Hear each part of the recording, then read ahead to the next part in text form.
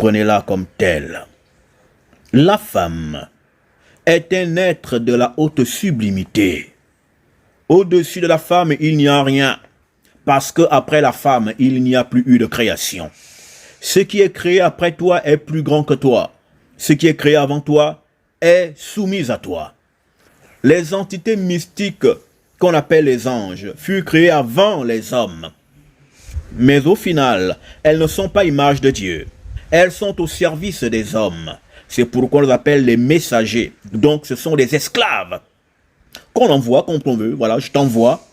Tu es mon messager. Un messager est toujours au service d'un Dieu, d'un roi, d'un seigneur. Et donc, les anges, qui sont des entités de pure lumière, sont des serviteurs des bateaux, de la race de l'homme. Est-ce que vous le comprenez, race élue de terre?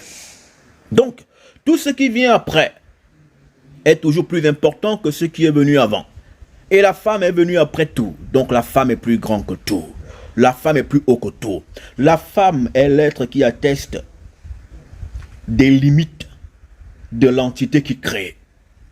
C'est-à-dire que quand vous voyez la femme et que vous la regardez, vous voyez jusqu'à quel niveau peut monter et descendre l'entité qui créa. La femme est l'aboutissement de toute imagination. Au-delà de la femme, il n'y a plus possibilité d'imaginer ni de penser. C'est pourquoi, après l'apparition manifestatoire et manifestatrice de cette entité humanisée, la femme, l'entité qui crée au nom de Tario, Tatanzambe et de Naneyo, la mère de toute la création. Il n'eut plus une autre manifestation créatrice qu'est-ce qui nous est raconté.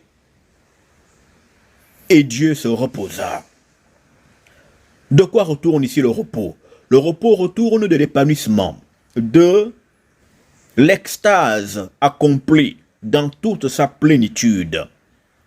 C'est le bout du goût, le bout du bout de l'extase, le bout du bout de l'accomplissement. Au-delà de la femme, il n'y a rien, si ce n'est que le néant.